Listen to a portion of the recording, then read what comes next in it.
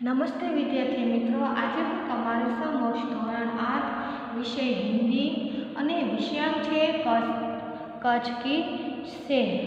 આજે લગભગ વ્યક્તિઓ છે જેને કચ્છ જોયેલું છે કે જેની અંદર કેટલા બધા સ્થળો એવા છે જે જોવાલાયક છે અને આજે આપણે એવો જ એક પાઠ છે આ કચ્છ की સેર કે કચ્છ की સેરની એટલે કે કચ્છ ફરવા જાય છે ત્યારે તેના સૌંદર્યનું જે વર્ણન છે એ આપણે આ પાઠમાં સમજશું।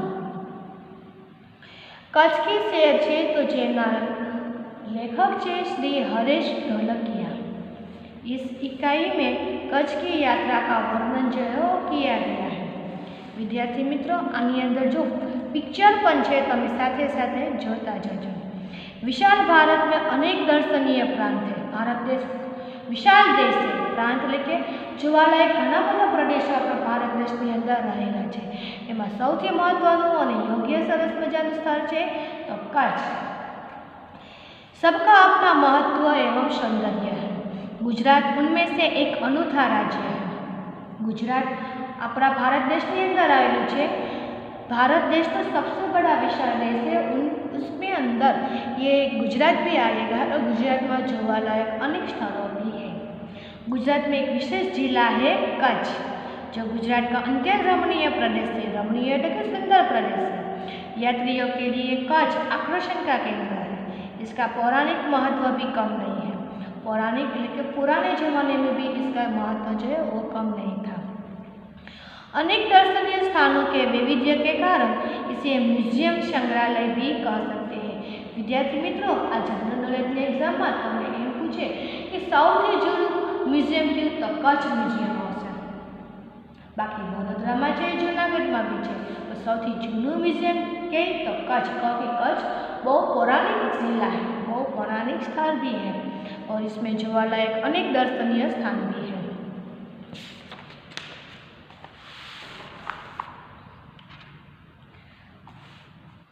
कच्छ में प्रवेश करते ही हमें रेगिस्तान के दो स्वरूप देखने को मिलते हैं, एक छोटा रेगिस्तान और एक बड़ा रेगिस्तान।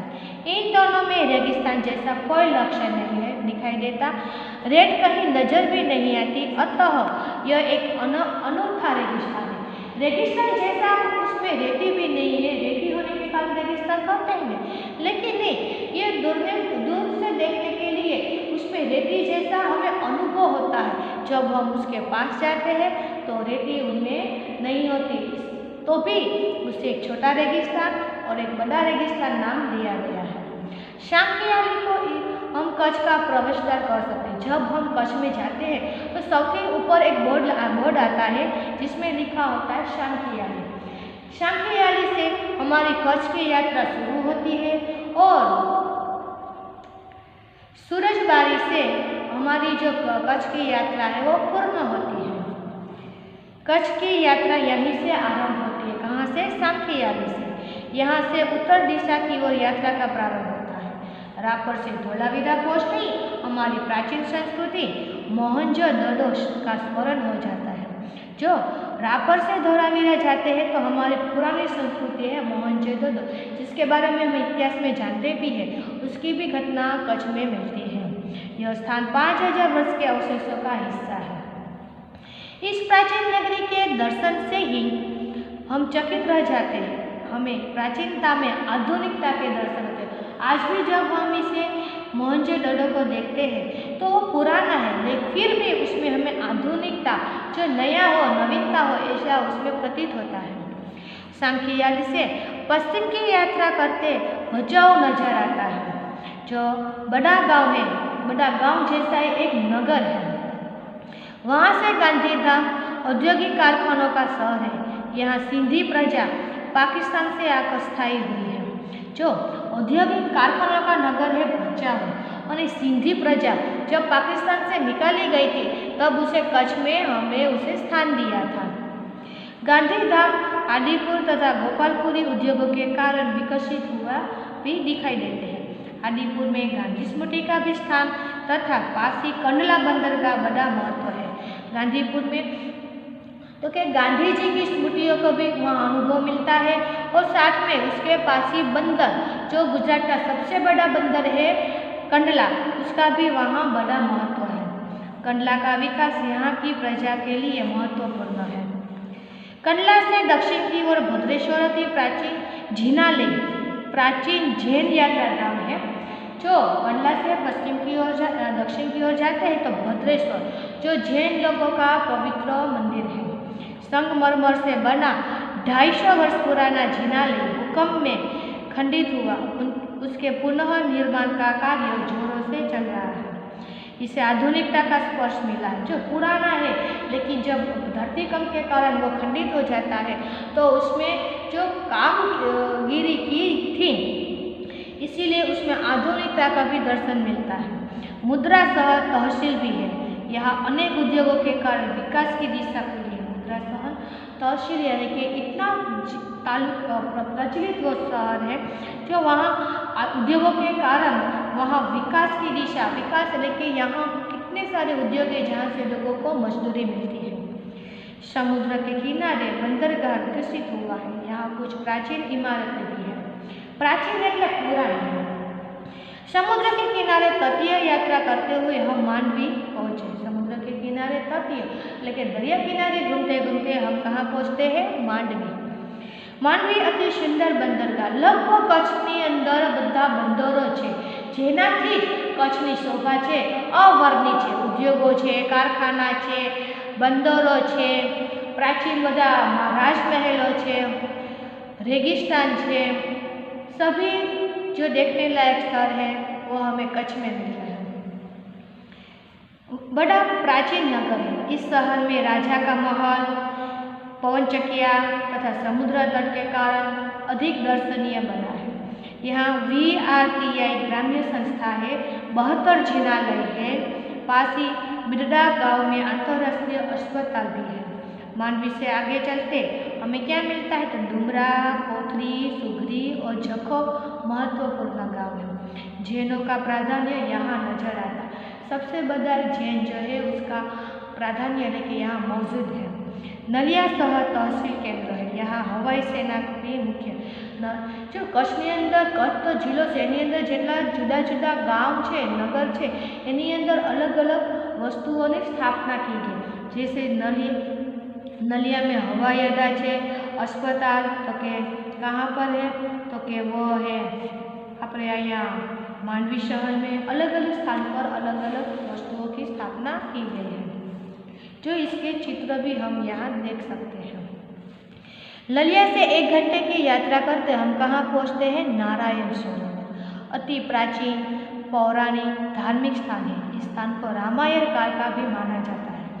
वहाँ कोटेश्वर नामक दर्शनीय मंदिर है, वहाँ जहाँ से रावण गुजरा था। यह पूरे भारत का प्राचीन स्थान माना जाता है। सूर्योदय और सूर्यास्त दर्शन का यहाँ बड़ा आकर्षण है। जो कोटेश्वर के अंदर जब सूर्य उगता है और सूर्य आथमता है तो उसका जो दृश्य है वो देखने लायक है। कोटेश्वर इतना दर्शनीय स्थल है क्योंकि वो रामायण से लिया गया है कि जब यहाँ से रावण गुजरा था, इसलिए इसे महत्वपूर्ण माना गया है। नारायण सरोवर से आगे की यात्रा में लखपत आता है जो अति प्राचीन स्थल है। ये भी पुराना स्थल है। गुरु नानक की चरण रथ से पावन इस भूमि पर गुरुद्वार यात्रा में लखपत गुरुद्वारा है। एक समय का समृद्ध स्थान आज जीर्ण अवस्था में होते हुए भी दर्शनीय है। कहा जाता है कि लखपत में गुरु नानक के चरण रथ से उस भूमि में गुरुद्वारा बना था और ये इतना प्राचीन हो गया है कि इसकी हालत अब बहुत बुरी है, फिर भी वह दर्शनीय देखने लायक है। यहाँ एक किला है, उसके बगल में पांतो खनिज संपत्ति के लिए प्रसिद्ध है। साथ ही विद्युत निर्माण का भी यह केंद्र है। विद्युत निर्माण की बिजली की उत्पत्ति भी यहाँ पांद्रो शहर से हुई है। लखपत से मध्य कच्छ की ओर बढ़ते हुए हाजीपीर मुसलमानों के लिए श्रद्धा का केंद्र है। जो हाजीपीर की दरगाह भी हमें कच्छ में ही देखने को मिलती है, जो श्रद्धा मुसलमान लोगों के श्रद्धा का केंद्र बना हुआ है। यहाँ पीर का मजार है। मजार એટલે एक दरगाह है। रेगिस्तान की झांकी यहाँ से होती है। रेगिस्तानों में वहाँ ऊपर चढ़ने पर रेगिस्तान की झांकी यानी कि जो दर्शन होते हैं वो अद्वितीय है। रास्ते में माता का मठ यानी कि आशापुरा माँ का मठ भी हमें कच्छ में ही मिलता है नामक धार्मिक स्थान है, जहाँ नवरात्रि के पर्व पर लोग पदयात्रा करते हुए श्रद्धा भाव से दर्शनार्थ आते हैं। आगे नखत्राना प्राकृतिक नज़ारों का केंद्र बना। माता के मठ से जब हम आगे बढ़ते हैं तो नखत्राना आता है, जो प्राकृतिक नज़ारों का, प्राकृतिक वस्तुओं का, सौंदर्य का एक अदृश्य स्थान है। रास्ते में चौक, पुरेश्वर मंदिर, वाताई जैसे मनोहारी प्राचीन स्थान भी है। अब कच्छ का मुख्य केंद्र भुज आते ही उसके वैभव का परिचय होता है। यहाँ तक हमने पढ़ा वो कच्छ के अंदर जो गांव है उसकी माहिती। अब आता है भुज, आईना महल, अब सब भुज में है। प्राग महल, टावर, स्वामीनारायण मंदिर, हिल गार्डन, अमीर तालाब, भुजिया पहाड़, लोक संग्रहालय, विश्वविद्यालय आदि के दर्शन करके हम आनंद ले सकते हैं। सन 2001 के भूचाल ने इसे खंडित किया तो लोगों ने उसे नए स्वरूप में पुनः निर्माण करके और सुंदर शहर बना दिया। ये सभी स्थान है जो 2001 में जो गुजरात में भूचाल आया था, भूकंप आया था, उसी के कारण ये सभी खंडित हो गए। लेकिन लोगों ने दर्शनार्थ के जो स्थान है उस पर पुनः निर्माण करके नया रूप दिया है।